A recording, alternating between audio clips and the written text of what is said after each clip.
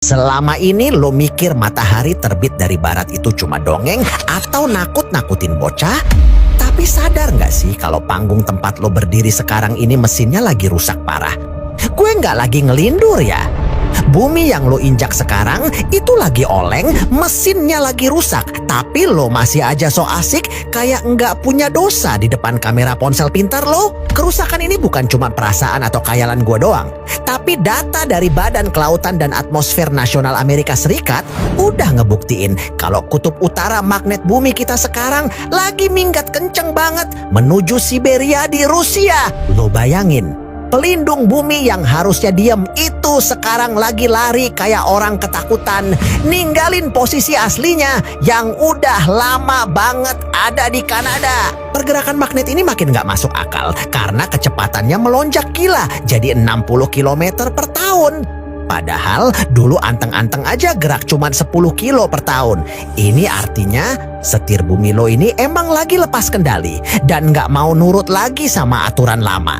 Kalau setirnya udah narik sendiri ke Siberia, lo pikir bumi bakal tetap anteng kayak nggak ada apa-apa? Lepas kendalinya setir bumi ini bisa dijelasin pakai ilmu fisika matematika, terutama soal hukum momentum sudut yang bilang kalau isi perut bumi bergejolak, maka putaran bumi pasti bakal berubah drastis. Bayangin bumi lo itu kayak gasing raksasa yang intinya lagi bergejolak hebat gara-gara arus besi cair yang lagi stres berat.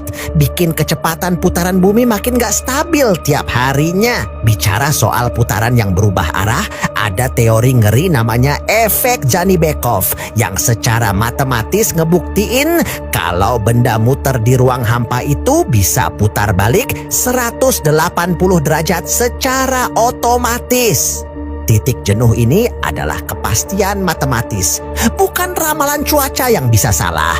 Jadi kalau momentumnya udah sampai puncaknya, bumi lu ini bakal jungkir balik seketika tanpa ampun. Nah, pas titik jenuh itu kena ke bumi, disitulah matahari otomatis bakal muncul dari arah barat.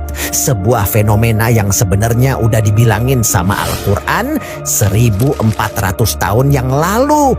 Jauh sebelum ilmuwan punya satelit atau komputer canggih, kitab suci udah ngasih bocoran teknis soal gimana akhir cerita dunia ini bakal terjadi lewat peristiwa matahari yang terbit dari arah salah. Makanya jangan lo pikir agama itu kuno atau nggak masuk akal, karena apa yang dibilang Nabi soal matahari dari barat itu sekarang lagi dikejar sama teknologi astrofisika yang datanya makin merah semua. Ilmuwan dunia sekarang lagi keringat dingin